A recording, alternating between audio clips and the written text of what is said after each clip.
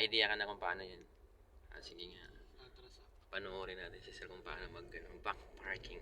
Yung pinakaunang slot, sir. Okay, break mo na. Lang.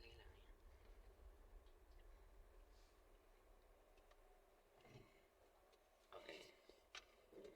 Break mo na, sir. Break mo na. Break mo na. Dito ka na forward. Saan ka magpa-park niyan? Kasi, kung doon ka magpa-park, sir, dapat ang gawin mo, doon ka sa harapan ng slot. Oo. Kasi kung magda-diagonal ka na ngayon dito, dito tayo aatras nun. Diba? Pag-park, island. Ang gawin mo, sir, yung side mirror mo. Break mo na.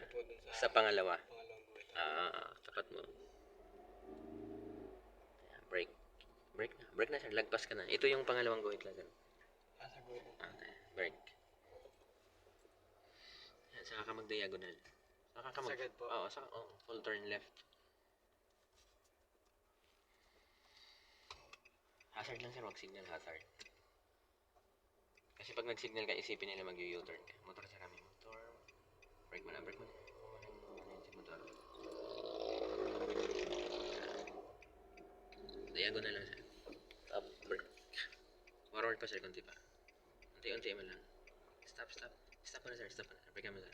Pag nakita mo na dito, sir, yung unang line, pwede ka na mamatras. Kagaya, nakita mo na ba yung unang line? Break mo na, sir. Yung parang gutter lang, sir. Yun yung pinakaunang line, sir. Yun, sir, yung... Pwede na yan. Pwede ka na mag-reverse. Reverse mo muna. Sir. Okay, sagad. Full turn. Okay.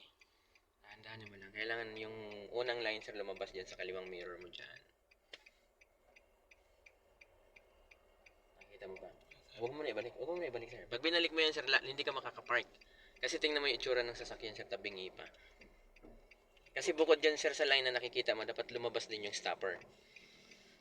Yung stopper na yan, di ba? Yung... Lalabas po dapat mayroon din sa kaliwa. Wala pa dyan. Di matras ka pa. Mahaba pa dito eh.